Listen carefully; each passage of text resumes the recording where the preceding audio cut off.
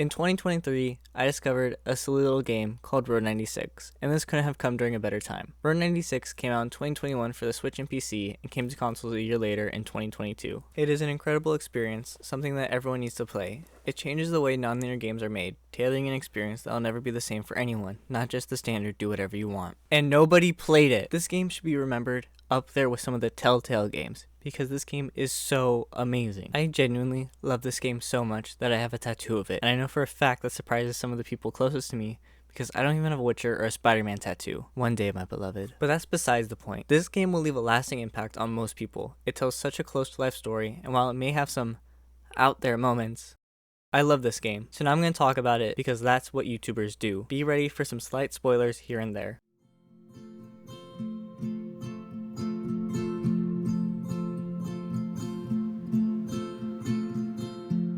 Road 96 has you take on the role of multiple runaway teenagers trying to escape from the country of Petria and the dictator Tyrak. You'll encounter 8 characters whose stories you'll influence directly with the choices that you make. The ending of this game is directly on the player, and your choices even decides what happens to the whole country of Petria. You can elect a new leader, someone who's built directly on hope in Flores, lead a revolution, or just leave the country. All of the people that I encountered, I still remember. People like Stan and Mitch, Sonia, Zoe, all the characters really. Road 96 is procedurally generated, meaning no playthrough will ever be the same, and I really mean that. You are so unlikely to get the same lineup of stories and characters ever. But each playthrough will still have incredible moments. Moments like the festival, being kidnapped by a group of freedom fighters, defusing a very scary situation on a bus, and every moment with Jared are all standouts in what creates such a memorable story that I can replay over and over again. Teen Runaway shows and books were something that I was super into when I was finishing high school. Shows like The End of the World were at the forefront of it, and finding this game was the cherry on top. While choices might not be as deep as some other games, they certainly feel more real. You make tough choices that will probably happen in all these scenarios,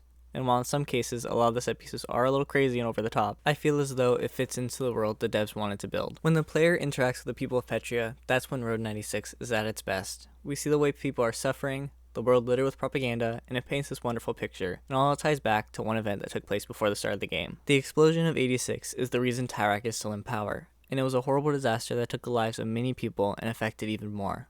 All of the main cast is directly impacted by this event. We know that it's because of the Black Brigade's failed Luigi, but what we don't know is why it went so wrong. What we do know, however, is that explosives were placed, Black Brigade was there, and Tyrak chose to use fear as a way to keep the people controlled, something that is quite common in modern day politics no matter where you're from. I think now, however, let's talk about the people that you meet along your journey on Road 96.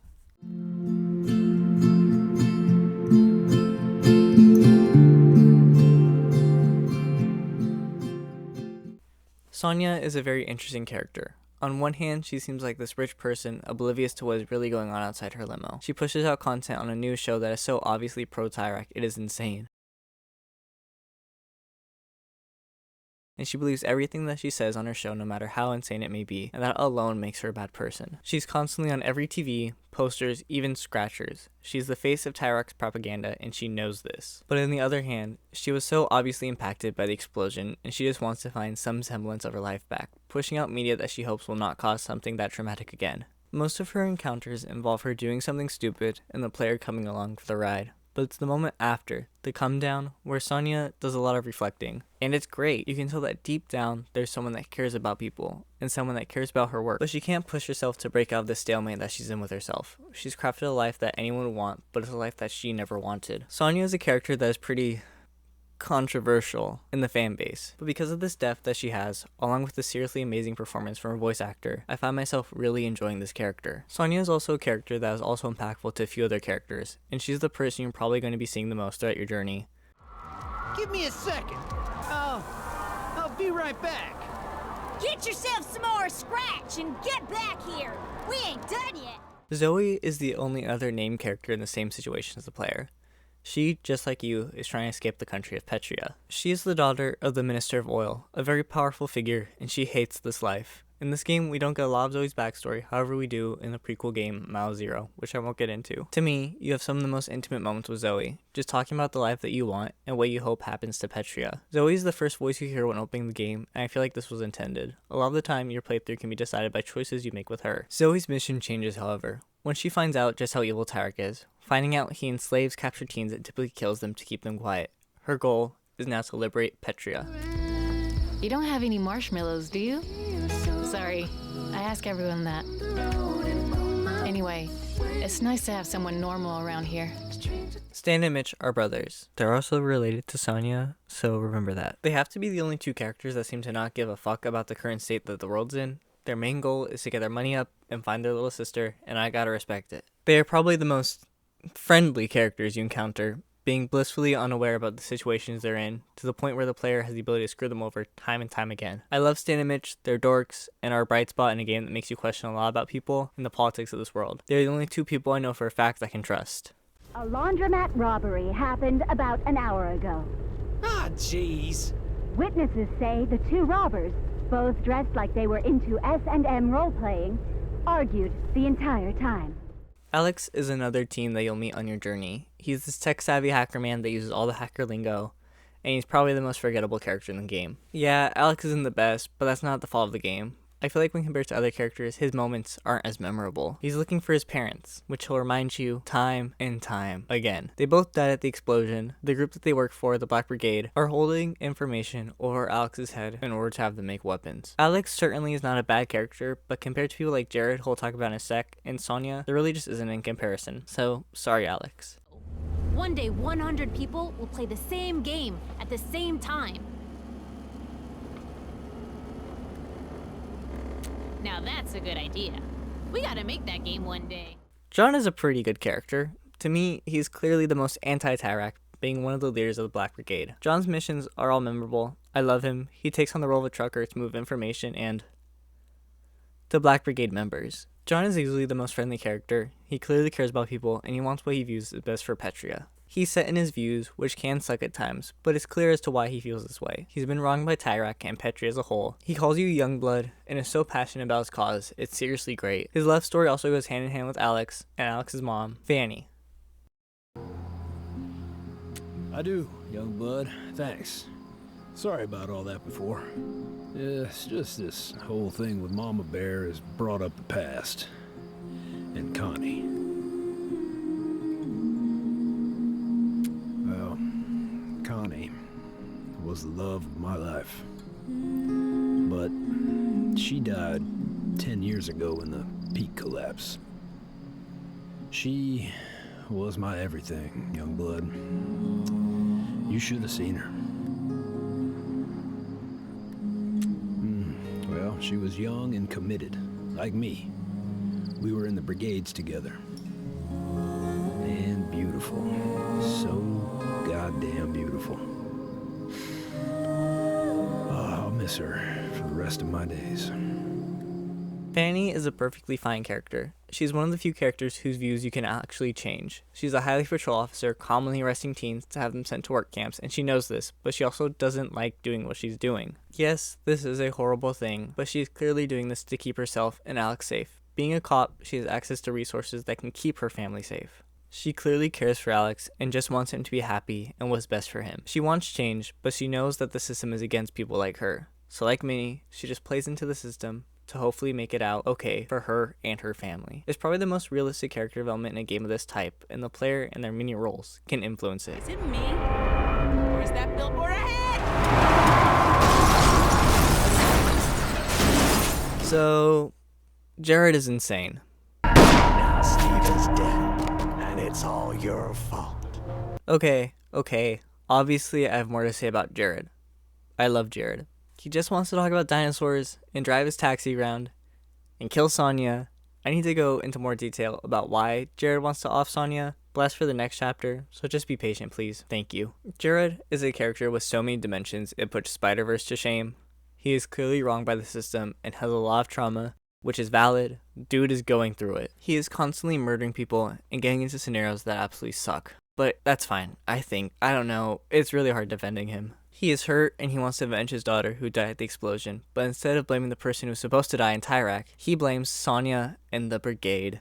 While you might hear that and say, oh, so he likes Tyrak? No, he hates everyone. He is so anti-establishment that it puts Stan and Mitch to shame. I really think that he and he alone could easily end all tyranny, racism, and hunger in Petria. Hell, maybe even the US. Forward, I want to show you something. That's a portable VCR. Now I can watch tapes whenever I want. When GP comes out on VHS in Petria, I watch it every day.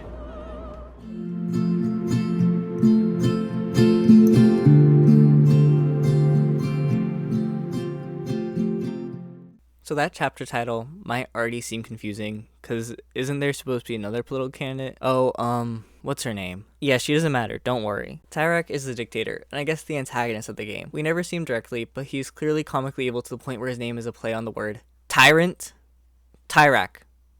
Is media literacy dead? Could you not just give him a normal name and make him evil?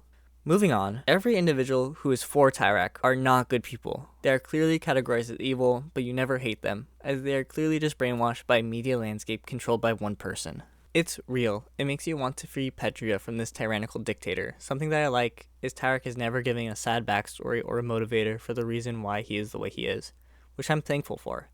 I need stories to just have people be bad people. The Brigade is characterized very real. Robert and John are the leaders, and they have very different ways of handling things. Robert is basically no better than Tyrak, using fear, intimidation, and literal terror to bring others to their side. He was the reason that Tyrak's assassination attempt fell apart, and he is the one using Alex in order to better benefit the cause. I talked about John a lot, but he is definitely the good guy when compared to Robert, which does kind of suck. When compared to one another, Robert kind of blurs the line between him and Tyrak with every decision he makes. Because while Tyrak does horrible things that are irredeemable, he's been doing them. He knows that he can be viewed as the bad guy. But Robert, he feels like he'll be on the right side of history no matter what. There is a place. I've been talking about the explosion a lot, so we might as well really talk about it. So for those of you who don't know, Road 96 takes place in 1996. Give DigiArt a raise because wow, what great writing. Give me back that Mace Writing Award, CDPR. We have a new winner in town. Give a round of applause to DigiArt. But 10 years before then, there was the explosion. It's election day, and the Brigade has Tyrak in their crosshairs. An explosive device made by Alex's parents is ready to go. But Robert says no, we can't do this. He changes the plan to, John will drive a semi into Tyrak. Because that works better, I guess. But Tyrak knew, so he set off explosives to cause a rock slide, killing dozens of people, and Tyrak is able to use this moment to boost his political career and blame the Brigade for this tragedy. Among the dead are John's girlfriend Connie, Alex's parents, Jared's daughter, and many more. Among those attending the election ceremony was Sonia, and near her, being crushed in the rubble, Jared's daughter, a young girl who was convinced to join the Brigade and help assassinate Tyrak. You see why Jared doesn't like anybody? I'm gonna say it one more time. This is a tragedy that feels real. I am 100% positive that a situation like this has happened before. I know innocent people pay the price 9 times out of 10. I know that it seems out of place to have this section here, but this is pretty much how it's laid out in the game. You learn bits and pieces until it's all revealed, and by that time, you've met every character.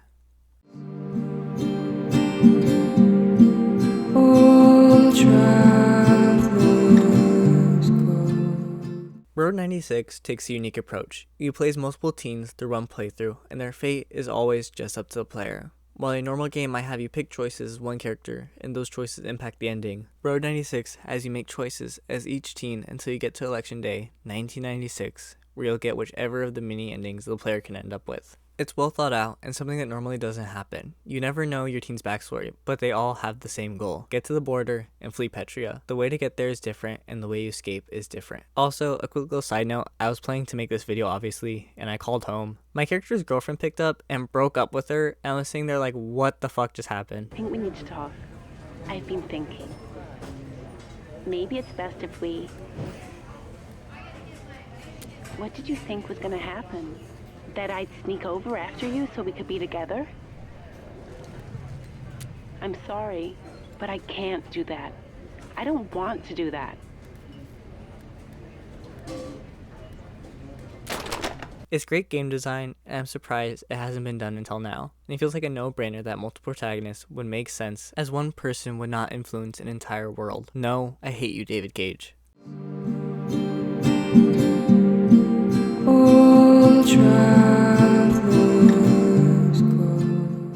I love this game. It's on Game Pass, and I know you have Game Pass. This game could run on anything, and not to brag, but I have a pretty sweet computer. But this could genuinely run on a potato if it wanted to. You know that meme on TikTok where it's like, what radicalized you? And it shows an event that happened in that person's life? I think that this is my radicalization, as cringy as that might sound. This game pushes for people to use their voice.